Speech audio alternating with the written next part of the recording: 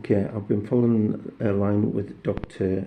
Cream, who was hung for being that Lambeth poisoner. Now, during his trial, his solicitor mentioned the fact that he may have had a doppelganger that worked with him. So this is what it read on the internet. Because he didn't only just do that, he was bribing people at the time. So historical records of Cream's 1891 to 1892 extortion letters name victims like Dr. William Broadbent. Now, Dr. William Broadbent was worked for Prince of Wales. He was his doctor, which is interesting with the Jack of the Ripper and the Llewellyn Code that I keep mentioning. MP Frederick Smith, W.H. Smith, and Coroner Wyn Baxter. Now, Wyn Baxter was the coroner on the Jack the Ripper cases, on some of them. And I'm sure one of them pushed back one of the witnesses when she said she'd seen Mary Kelly alive, one of these coroners. So it's funny that Cream said he had, Cream's lawyer said he had an accomplice, and no accomplice was ever found. Well, he wouldn't come forward if he was going to get killed, would he? But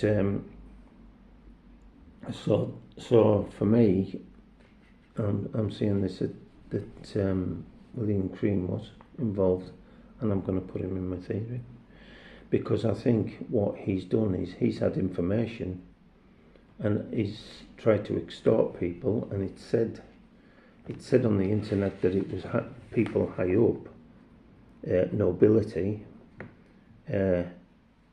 So if it was nobility, it was the royals, or somebody royal, which makes me think that the codes are starting to fit into place, and Wyn Baxter. But the funny thing is, he also connects up in Edinburgh with Conan Doyle. Well, he doesn't connect because they're saying there was no chance of them meeting, even though they were in the same place at the same time. So, go back to my conceptual thought. It's intelligence. It's how clever these people are, and were they starting a system of intelligence. So that's where my theory stands at the moment. They were harvesting information. They can, in a forensic way, they could work out how somebody had died, so maybe they could work out how to hide or make a crime scene. And this is where my staged crimes comes into my theory of the staged crimes comes into play. So I'm just saying, I do believe Cream was involved, even though he wasn't in this country when they were happening. I think his sidekick got the information, and I think the sidekick, his accomplice, was Tom Bletty, and this is just a theory, and I believe he got arrested, so Tom Bletty needed another accomplice, and he used Dr. Crippen. So Dr. Crippen, it's the accent, the American, connection for me on that one, that brings Crippen into the case, and also the use of the Llewellyn Code. The like synchronicity, it's looking like the like synchronicity, because Montrose is where Conan's father was put in a clinic for his mental health. Then you've got SS Montrose. It's funny the way they like to make things double meanings, but when you watch it, there's a lot of double meanings in everything. So it's like Conan and Cannon. And to play with words, Jack and Boob or Bobby.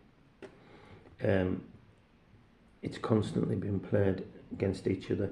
Now, with the Llewellyn Code, I have told you that it was sensationalised in the press. And it was the Dr. Llewellyn, in the Jack the Ripper case, and in the Crippen case, it was the radio operator that sent the telegraph. His name was Llewellyn. Crippen was arrested by a police officer called Walter Dew, who was also part of the Jack the Ripper case. And when he was captured, he supposedly have said, this is about murder and mutilation. But he didn't murder his wife, and they've proved it because of DNA. And there was still DNA of the body parts found under his floorboards, and that DNA was from a man, not a woman. So that wasn't his mum. So it wasn't his wife. So that proves he was innocent of that crime. That means that crime scene must have been staged, another staged crime scene. And who could have done it? The only people that could have done it was the police at the time, because they had access to his house, because they were searching for his wife. Why would you dig the floor up? Was there a smell, or did you just walk in, dig the floor up, put the parts in, or put them in the cellar wherever they were meant to be, or they were found, and state it was it killed his wife? They were the body parts of his wife. So with that, I'm just going to leave it at that one. Okay, thank you. And if anybody does know anything and wants to share it with me, that'd be great. Thank you. And check if it's all true, and you'll see. Okay, thank you.